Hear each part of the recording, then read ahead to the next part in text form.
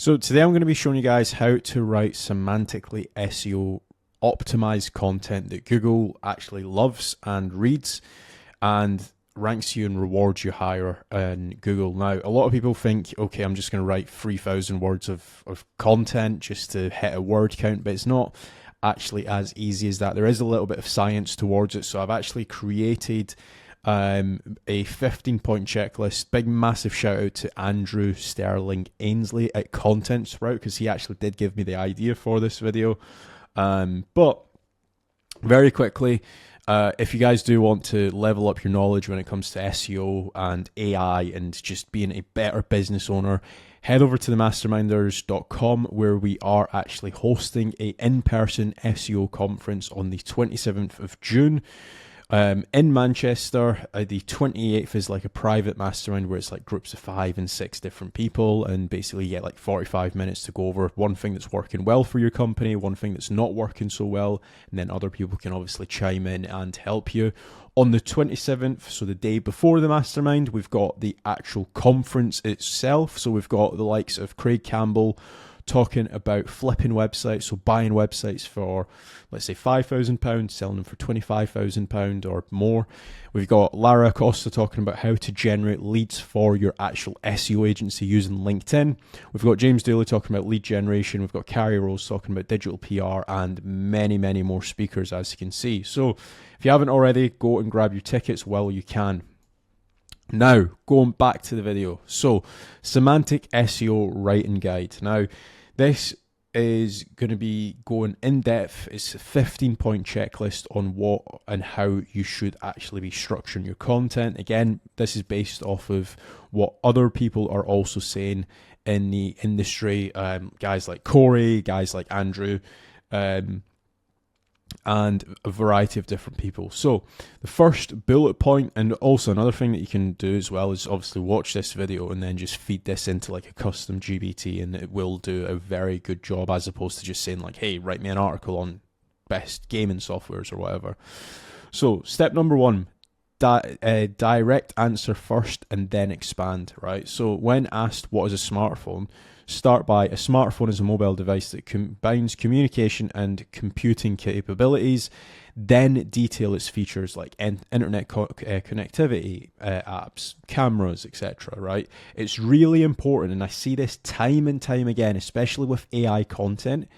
It just runs on and on and on and on and on. It doesn't get to the point, or it might be like 3 sentences and the actual subheading that you are answering is in sentence number 4, for example. It should be subheading and then the answer directly underneath, and then you expand, right? So just, we like to call it in the office, get to the point. So then you've got keep key responses concise and under 40 words. Again, this is based off a lot of testing as well. Not just my own testing, but a variety of different people in the semantic SEO space. So keep key responses concise under 40 keywords. For a straightforward explanation of cloud storage, state cloud storage saves data online, allowing access from any internet connected device. Very simple, very to the point. Google obviously loves it, and also people, they don't want to read a 6,000 or a 600 word paragraph on this exact same thing. A lot of content writers, if you give them a keyword or a word limit of 5,000, in some cases they just drabble on and on and on. So keep it concise. Focus tightly on one topic. So again, with AI, it does go on, and like if I ask Google, right, or ask ChatGPT now to like write me a article on link building, it might start talking about disavows, it might start talking about digital PR, it might start talking about a whole variety of different subtopics. It's really important that you focus tightly on one topic, and then you can internally link to other topics when it makes sense. So in this case, the example is, if discussing coffee, solely explore the types, preparation methods, and benefits without veering into unrelated topics like tea or hot chocolate, right? So that's really important that you actually get that right. Otherwise, you're just another website on the web with not real much added value. Also, another thing on this as well, think of what somebody would actually want from your website and from that page. If somebody searched on Google like something to do with coffee, they're not going to be they probably don't care about tea or hot chocolate. Like, I know myself, like I'm not a massive coffee drinker. So if I search for tea, for example, and the page starts talking about hot chocolate and coffee, it's just a massive turn off for me. I'm just going to click off and go to another website. Then you've got base content on verifiable facts. So replace broad statements like coffee boosts productivity with specific data such as studies show coffee can enhance concentration and energy levels. So like this coffee boosts productivity, it's kind of like a ad copy. Like you will see ads on Facebook trying to sell you coffee, or like their magical coffee dust, and it's like, this coffee will boost your productivity from the hours of 9 to 3 p.m. if you take this coffee. So make certain that if you are writing anything like that, it's in the later example. So studies show coffee can enhance concentration and energy levels, because it actually can. It can enhance your concentration because there's a lot of there is a lot of caffeine in coffee. I was about to say nicotine then. That would have been incorrect. And then also caffeine, if you take it, it's like what's in energy drinks, right? So by taking it, it will improve your energy levels. So it is an actual fact. Echo the structure of questions and answers. So the example here is, what are the benefits of cloud storage? Answer: cloud storage offers scalability, remote access, and enhanced security for data management. So again, very to the point. You're not dabbling, or you're not going along 200-300 words answers. Nobody wants to read that. Just get to the point. We've got number 6, highlight answers over keywords. So the example here is responding to what is cloud storage, emphasize the full answer. So cloud storage is an online service that stores data on remote servers for easy access. So again, like a lot of this comes back down to how concise is your content. Like not, as soon as Google started actually doing passage indexing, this has become way more important than what it used to be 4 or 5 years ago. So just remember all of this, like highlight the answers over keywords, make them bold. Then we've got number 7, organize content with defined hierarchy. So I still see this, especially on like local websites where they just don't have any form of heading structure. One rule of thumb that I've always been taught, right, is when you're looking at a blog content, let's say we search what is SEO, right? If you're looking at the subheading structure, it should always make sense. The actual subheadings, like if you were to just cover the rest of that content, does that subheading make sense to actually be included on that page? This is kind of what's basically being said here, right? So structure content like this: coffee essentials, H2, types of coffee, H3 underneath that, brewing techniques, H4 underneath that, health benefits, right? So you always want to make certain that your content structure is looking somewhat like this. Now, in some cases, people don't use H4s, and I've got articles that I've never used the H4, but I've got some other articles that go well in depth and it's a proper guide, and I am using H4s, and I might also be using some H5s as well. So just make certain that you are using a correct content structure. Again, it might not even be necessarily for Google, right? But it can obviously help your users, and it'll help users stay on your website and not bounce off of your website. So then you've got showcase multiple use cases. Example: don't just describe one type of coffee brew, detail several methods like espresso, French press, cold brew, explaining each one's unique character. So again, going back to what I was saying before, if you're going to be talking about like different types of coffee, right, you want to be known as the best resource online for the different types of coffee. So if you're just half-assing it and you're only talking about French press and you've not talked about cold brew, is that the best article online, or is there going to be somebody that can outcompete you by having a few different coffee types? So just remember that. Define jargon as first mention. So example, espresso is highly concentrated coffee brew is made by forcing hot water through finely ground coffee beans.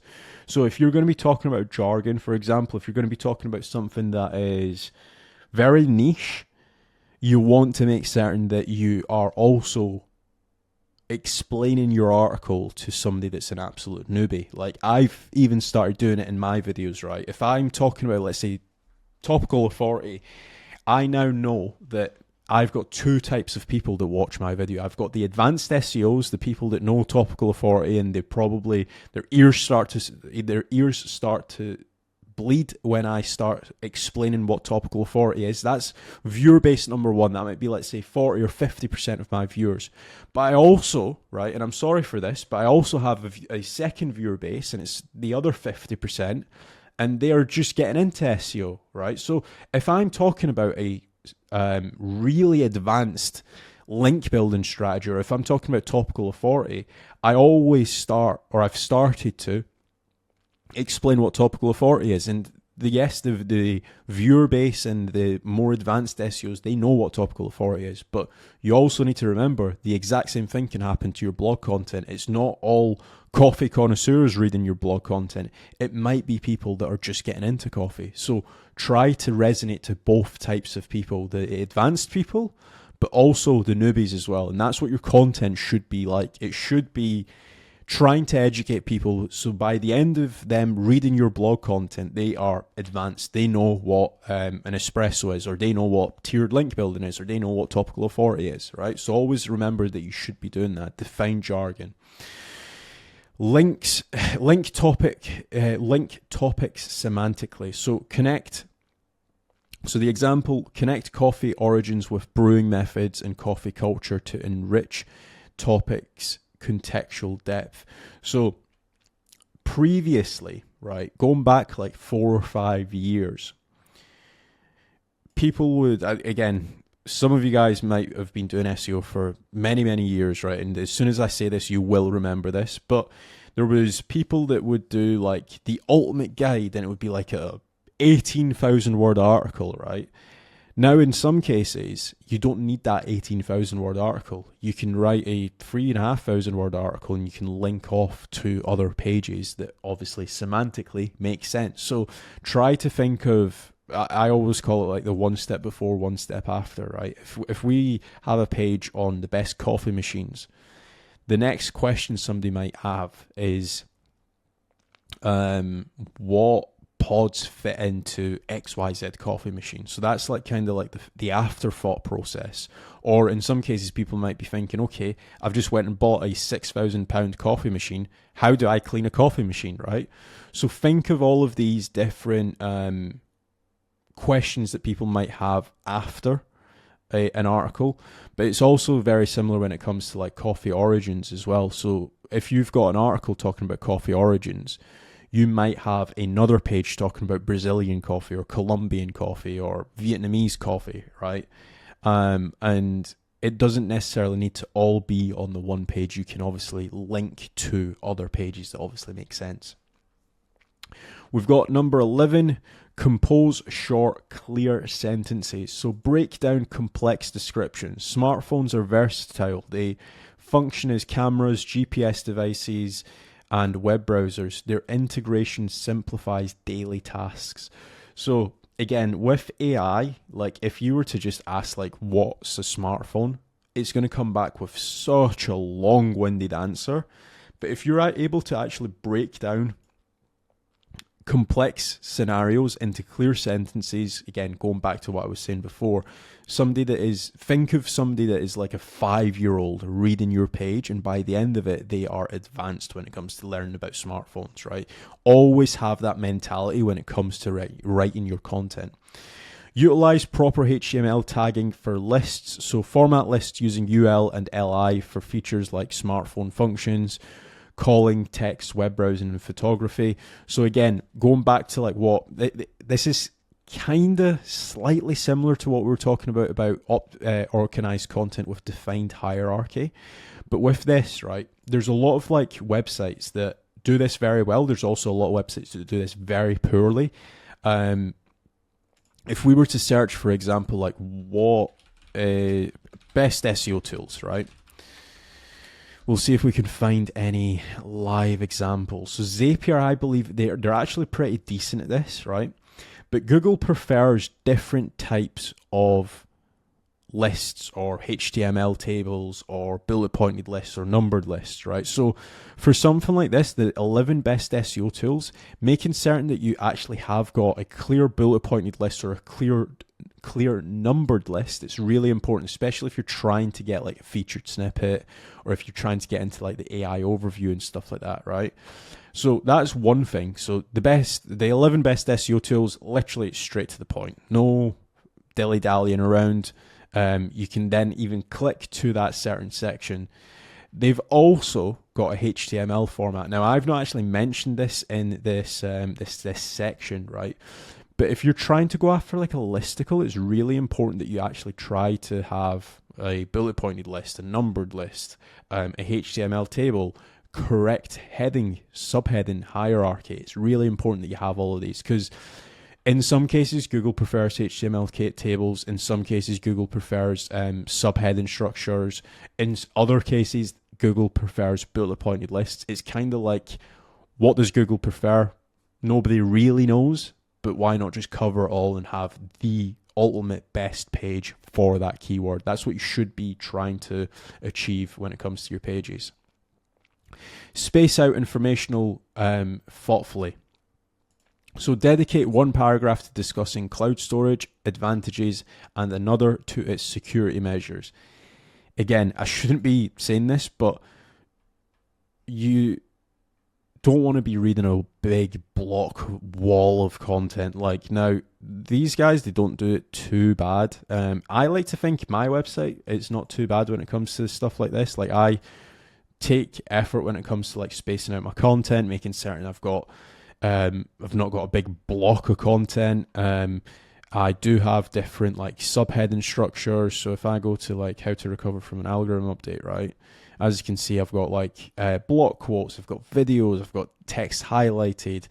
I've also correctly optimized for my subheadings as well. Like I don't go into like 6 different subjects under the one subheading. So just remember that when it comes to writing your content, ensure content flows logically. So like what I was saying before about the one step before, one step after, right? If you're talking about like a 3,000 word article, right? Think of it logically, like, okay, the person has read 5,000 or 1,500 words. What would they potentially ask next? Like this is a really good actual example. So like why sites get hit by core updates, right? So I'm talking about why websites potentially get penalized by Google core updates. Then logically, the person would, after reading that, it's like, okay, yes, I might have been building toxic links. How do I find that out? And then it's like, okay, now I'm talking about like, okay, you need to find the winners and losers after a core update. And then I'm talking about like, okay, this is how you do it using Ahrefs. You can also do it using Google Search Console. Then I'm talking about identifying patterns amongst winners and losers. So it's chronologically making sense as you go down the actual article. It's really important that you do this. Again, if you just go into ChatGPT, Claude, whatever, right, and you just say to like, hey, write me an article on website traffic recovery, there's not going to be much chronological order with your subheading structures. Then we have got, and this is the last one, back claims with data and examples. So support the assertion that coffee can reduce the risk of certain diseases with statistics like research indicates a 20% lower risk of heart disease among daily coffee drinkers. Now, again, with AI, this is like the biggest pain point that you have, especially if you're just using AI blindly. And that is AI hallucinates. It mansplains a lot of things. So like it'll make up facts, unfortunately. So always make certain that if you are stating a fact, that it is actually like backed up with an example. And also make certain that you're actually searching that example and there's other people saying that, because Google does have a knowledge vault. And if you're going against what's in the Google knowledge vault, it's clear to Google that you're actually lying and you're making stuff up. So just remember that Google does have a knowledge vault. You can't just say like, yeah, if you drive a go-kart for 8 hours a day, because you become a better car driver, right? Something like that, something harsh and bold like that. Google's just going to read that and be like, I'm not certain about that. So that's been my video on Semantic SEO writing guide. I hope you guys have enjoyed this. I know this was a little bit more of a technical video as opposed to what I usually do, where it's like I'm just jumping in and I'm showing you guys like live examples.